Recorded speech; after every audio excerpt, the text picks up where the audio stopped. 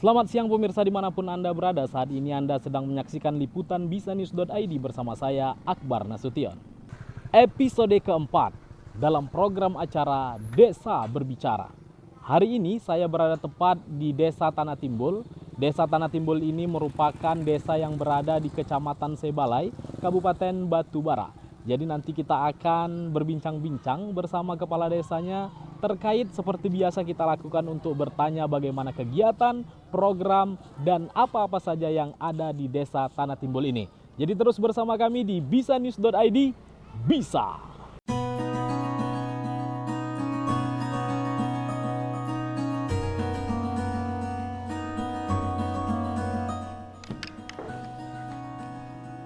Nama saya Sini Lestari, jabatan sebagai kasih pelayanan yang bertugas sebagai membantu kepala desa dalam melayani masyarakat. Contohnya dalam bidang pendidikan, kesehatan, seperti PKK, posyandu, dan PAUD yang ada di desa. Nama saya Indah Afriani, jabatan saya kasih pemerintahan. Nama saya Lisa Andriani, jabatan sebagai operator desa. Tugas saya menginput semua dokumen yang berhubungan dengan desa. Nama saya Leni Budiarti, Sekdes Desa Tanah Timbul, Kecamatan Sebalai, Kabupaten Batubara. Tugas saya di sini melayani masyarakat, kemudian memverifikasi dokumen-dokumen yang mau dikirim ke PMD, ke kecamatan, ya seperti itulah. Nama saya Eva Kurniawati, jabatan saya Kaur Perencanaan yang bertugas sebagai menyelenggarakan segala perencanaan musyawarah terhadap APBDes Desa Tanah Timbul, Kecamatan Sebalai, Kabupaten Batubara, dan saya juga sebagai operator Siskuides, Sistem Keuangan Desa, yang dimana saya bekerja sebagai penginputan perencanaan desa sesuai anggaran APBDes belanja desa. Baik pemirsa dimanapun Anda berada, saat ini kita sudah bersama Bapak Kepala Desa, tentunya di Desa Tanah Timbul, dengan Bapak siapa Pak? Pak Marmin. Pak Marmin, apa kabar Pak? Sehat? Sehat, Alhamdulillah Pak ya. Ya tentunya pada hari ini Bapak sibuk dengan aktivitas desanya, Bapak juga mungkin banyak kegiatan hari ini. Ya tentunya sudah berapa lama Bapak menjadi Kepala Desa di Desa Tanah Timbul ini Pak? Sesuai dengan pemekaran kami kan pemekaran desa dari Desa Sebalai, pemekaran Desa Sebalai menjadi Desa Tanah Timbul. Itu mulai pemekaran 2012 dan kemudian saya menjabat secara demokrasi pada waktu itu tahun 2013. Jadi saya mulai desa ini definitif tahun 2013 sampai 2019 dan kemudian pada tahun 2019 akhir kami ada demokrasi pemilihan kembali. Jadi saya menjabat 2013 sampai ini 2019 berlanjut sampai berjalan 2 periode ini. Cerita punya cerita, usut punya usut. Iya. Kenapa namanya Desa Tanah Timbul gitu Pak? Kembali kita kalau masalah nama ini kembali kepada dasar dari ini daerah kita ini Tanah Timbul ini awalnya daerahnya lembah. Itu lembahnya rawa gitu Pak ya. Jadi maka pada waktu itu mungkin orang tua dulu di daerah kita ini ada yang namanya di daerah desa inilah, di kantor desa kita ini wilayah sampai ke arah barat sana ada sejenis tanah itu tinggi, Pak. Tanah itu tinggi. Agak tinggi. Ya. Jadi makanya waktu sebelum pemekaran udah masyarakat kita tuh sesepuh kita yang daerah ini mewacanakan, merembukan, memupakatkan bahwasannya ini ajalah kita buat desa ini Desa Tanah Timbul sesuai dengan sejarahnya daerah kita ini. Iya, kalau saya dengar dulu ada ketika itu banjir. Ya, banjir. Sering banjir. Jadi ada suatu daerah yang tanahnya itu tidak terkena banjir. Tidak terkena banjir. Oh, ya, jadi tinggi dia. Jadi itu makanya disebut dengan Tanah Timbul Tanah gitu. Timbul. Untuk Tanah Timbul sendiri berapa dusun, berapa luas Pak? Berapa luas desa yang Bapak pimpin? Kalau luas daerah kita ini sesuai dengan wilayah pemekaran itu hampir-hampir sama. Yang dulunya kita 1 desa, sekarang jadi 5 desa. Luas sekitar Desa Tanah Timbul ini 255 hektar. 255 hektar. Itu untuk Desa Tanah Timbul. Desa Tanah Timbul. Dengan dusun? Dengan dusun kami 5 dusun. 5 dusun. Iya, 5 dusun untuk Desa Tanah Timbul Tanah ini. Timbul, ya. Iya, itu dia. Kalau jumlah penduduknya, Pak? Kisaran 1324 warga. 1300.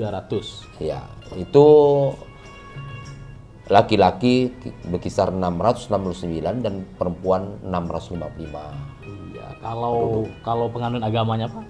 Kalau penganut agamanya kita mayoritas Islam, Mayoritas Islam. 1%, 100%. 99%. Karena di sini ada non Muslim 1%. 1%.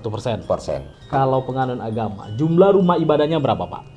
Kalau jumlah rumah ibadah kita ada itu 3 musola 3 musola. dan 1 masjid. Untuk kegiatan agamanya, Pak? Ya.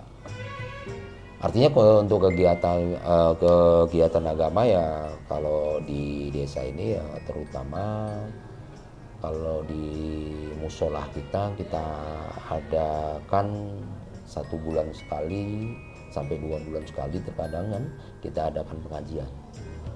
Kalau di masjid kita rutin 1 bulan sekali. 1 bulan sekali. Kalau di desa? Kalau di dusun itu 1 bulan sampai 2 bulan. Itu desa yang melakukannya, Pak? Nah, desa masing-masing dusun. Iya, itu kegiatan agamanya, Pak. Agama. Kalau kegiatan masyarakat? Ya kalau kegiatan masyarakat kita ini umumnya petani, Pak.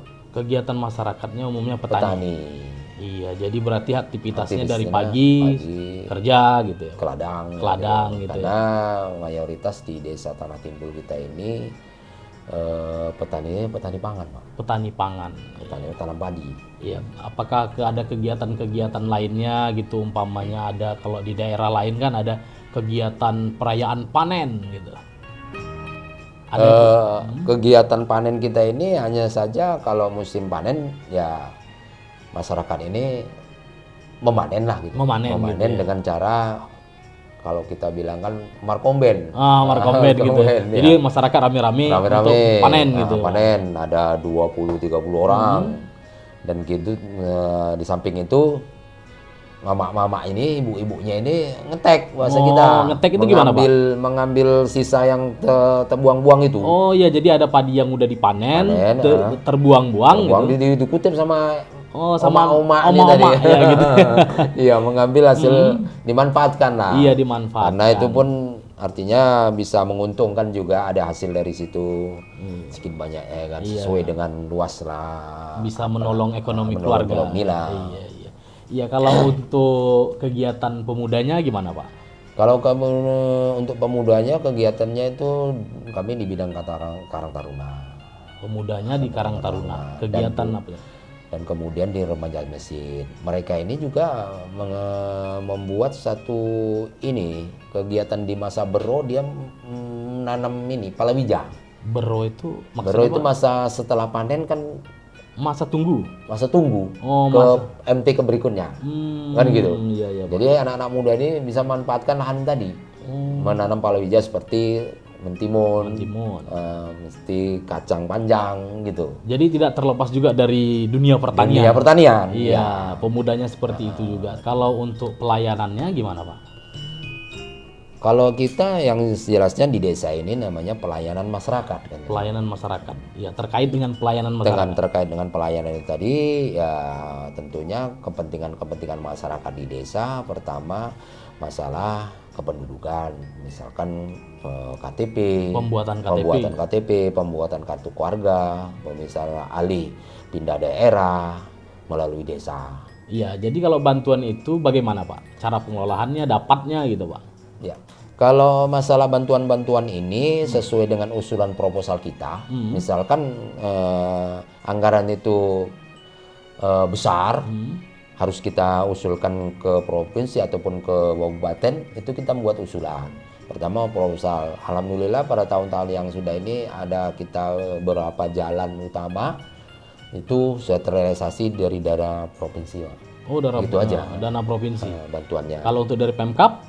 Kalau dari Pemkab daerah itu ini dari pertanian, Pak. Oh, dia di jenis Jenis pertanian. pertanian karena mungkin daerah kita ini maksimalnya ataupun prioritasnya di daerah pangan, padi. Itu setiap tahunnya itu dapat bantuan apa ini, Pak? Jenis bibit padi. Dari Pemkab. Dari Pemkab melalui Dinas Pertanian Dinas Pertanian. yang dipandu oleh penyuluh lapangan. Itu hampir merata semua masyarakat dapat bibitnya, Pak? Setiap bulan atau setiap tahun? Setiap MT. MT. Kalau di kita ini 1 tahun bisa dibilangkan 2 kali. 2 kali. 2 kali musim tanam. Musim tadi, tanam. musim Ya, Pak? tanam. Semua petani dapat Artinya tahapan itu, Pak. tahapan. Sesuai dengan kelompok yang ada. Oh, per kelompok. Per kelompok dia. Hmm. Artinya di desa kita ini kan ada 6 kelompok tani. Dan juga di situ ada kelompok ternak kan gitu. Kemarin di tahun 2021 ada dapat bantuan ternak itu dari inilah yang memandu Dinas Pertanian melalui penyuluh lapangan. Untuk kasus narkoba, Pak. Ya. Bagaimana kasus narkoba yang ada di desa ini, Pak?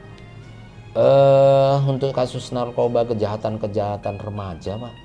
Alhamdulillah kami saat ini baru dengar yang terlalu ini, Pak. Terlalu mencuat sekali itu, alhamdulillah belum ada. Belum ada, di Pak, desa Tartimbul. Namun sedikit-sedikit memang ada warga Tanah Timbul itu terindikasi, tapi belum nampak jelas. Belum nampak jelas. Isu-isu anginnya isu angin udah ada.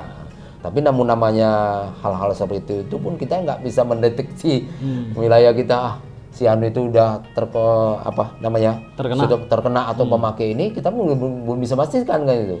Artinya warga kita ini belum pernah tertangkap tangan untuk dalam masalah pemakaian narkoba atau kejahatan remaja. Mungkin cukup untuk bincang-bincang kita hari ini, Pak, ya. Terima kasih, Mungkin di hari-hari berikutnya kita bisa berjumpa Pak. lagi ya dengan kegiatan-kegiatan Bapak lainnya. Jadi kepada pemirsa dimanapun Anda berada, demikianlah tadi bincang-bincang kita bersama Bapak Kepala Desa Tanah Timbul ya. Mudah-mudahan dapat dimengerti dari apa yang sudah kita paparkan di sini. Demikian bersama saya Akbar Nasution, bisanews.id. Bisa.